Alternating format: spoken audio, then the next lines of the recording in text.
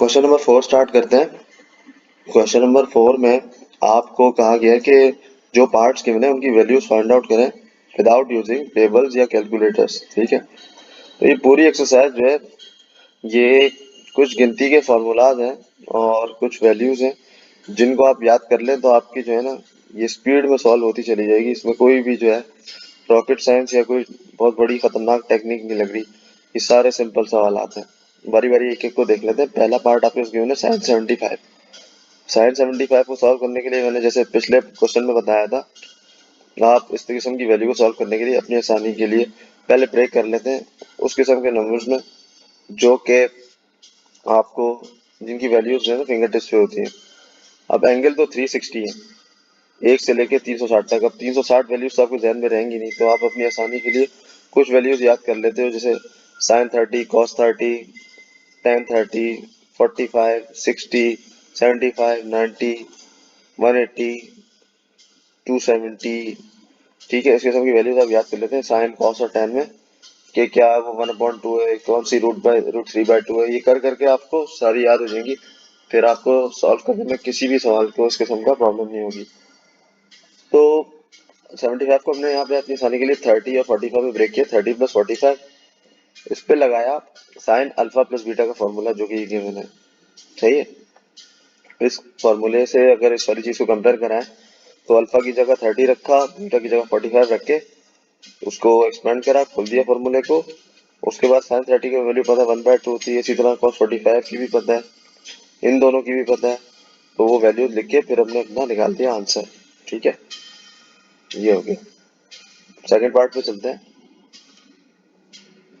Second part में हमें निकालना है tan 105 की वैल्यू। ठीक है, अब 105 को कैसे ब्रेक करते हैं? 105 को हम ब्रेक कर लेते हैं 60 और 45 में। तो tan 105 को हमने इस तरीके से लिख दिया tan 60 + 45। ठीक है, और फिर उसके बाद क्या किया, tan अल्फा प्लस बीटा के फॉर्मूले से इसको खोल दिया, जो कि ये मैंने लिख दिया यहाँ पे साइड पे। ये करके इसको खोल दिया। यहाँ पे अल्फा की जगह 60 रखा, बीटा की जगह 45 रख के, हमें ये वैल्यूज मालूम थी tan 60 tan 45 की, वो रख के हमने इस सवाल को इसका आंसर निकाल दिया। ये हो गया। ठीक है, लेकिन इस तरीके से जब आपसे आंसर आता तो आप अपने यहाँ पे स्टॉप नहीं करते, क्योंकि डिनोमिनेटर आपको इस किस्म का गिवन है। तो इस किस्म की चीज को जब दो वैल्यू नीचे डिनोमिनेटर में आपस में प्लस या माइनस हो रही है और आपको उनका एग्जैक्ट जवाब नहीं पता, आप क्या कराते हो, मल्टीप्लाई और डिवाइड कराते हो कॉन्जुगेट ऑफ डिनोमिनेटर से, ताकि a + b a - b का फॉर्मूला लगे और आप जो है ना अपना सवाल सॉल्व कर लें। वही किया, इस वाली चीज का कॉन्जुगेट बन रहा था डिनोमिनेटर का 1 - √3 का कॉन्जुगेट बन रहा था 1 + √3। तो इस वाली चीज को 1 + √3 से मल्टीप्लाई और डिवाइड करा के लिख दिया। फिर ऊपर वाली वैल्यू को आपसे मल्टीप्लाई करा के लिखा और नीचे वाली को भी लिखा। ऊपर वाली को किया तो √3 1 से मल्टीप्लाई होकर लिखा, फिर √3 √3 से मल्टीप्लाई हुआ, फिर 1 1 से हुआ, फिर 1 √3 से हुआ। डिनोमिनेटर में a - b a + b का फॉर्मूला जो कि a² - b² होते हैं उस किस्म के अंदाज में लिख दिया। फिर अगले स्टेप में ऊपर वाली चीज को सॉल्व करके थोड़ा मजीद सॉल्व किया, नीचे वाली चीज को भी खोला, फिर हमने निकाल के लिखा दिया अपना आंसर। तो ये हो गया इसका जवाब। पार्ट 3 बात है cos 165 है। cos 165 को ऐसे तोड़ दिया हमने कि 120 और 45 है। ठीक, तो 120 45 में जब खोला तो cos अल्फा प्लस बीटा का फॉर्मूला अप्लाई कराया, वैल्यूज को रखा है जो गिवन है, वो निकाल दिया सिंपल सा अपना आंसर। साइन 255 को अब कैसे खोलें? साइन 255 को हमने खोल लिया 210 और 45 पे, फिर साइन अल्फा प्लस बीटा का फॉर्मूला लगा के मजीद इसका सोल्यूशन आगे किया, वैल्यूज को रखा और हमारा आंसर आ गया -1 - √3/2√2।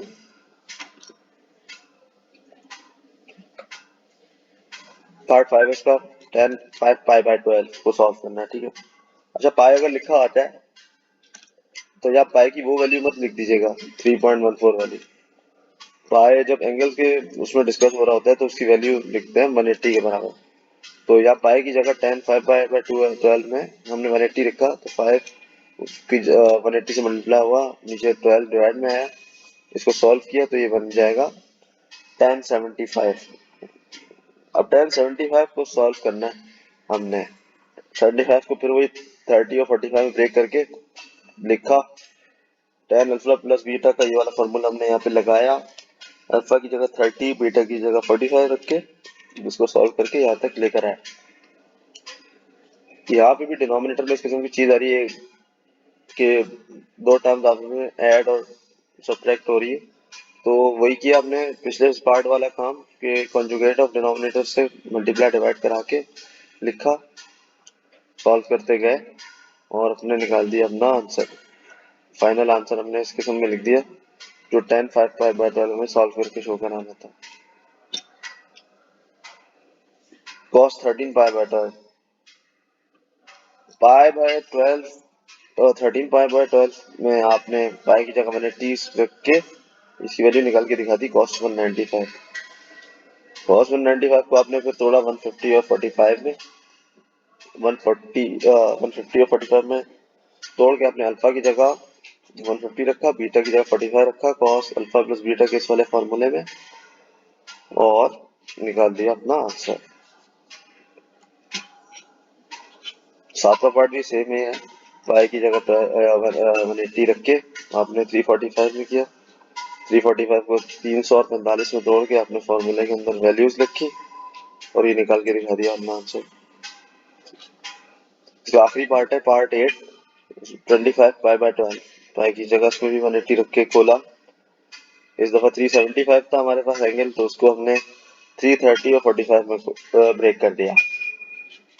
आप चाहे तो 300 और 75 में भी कर लेते अगर आपको 300 की वैल्यू याद है कॉस्ट में या साइन में।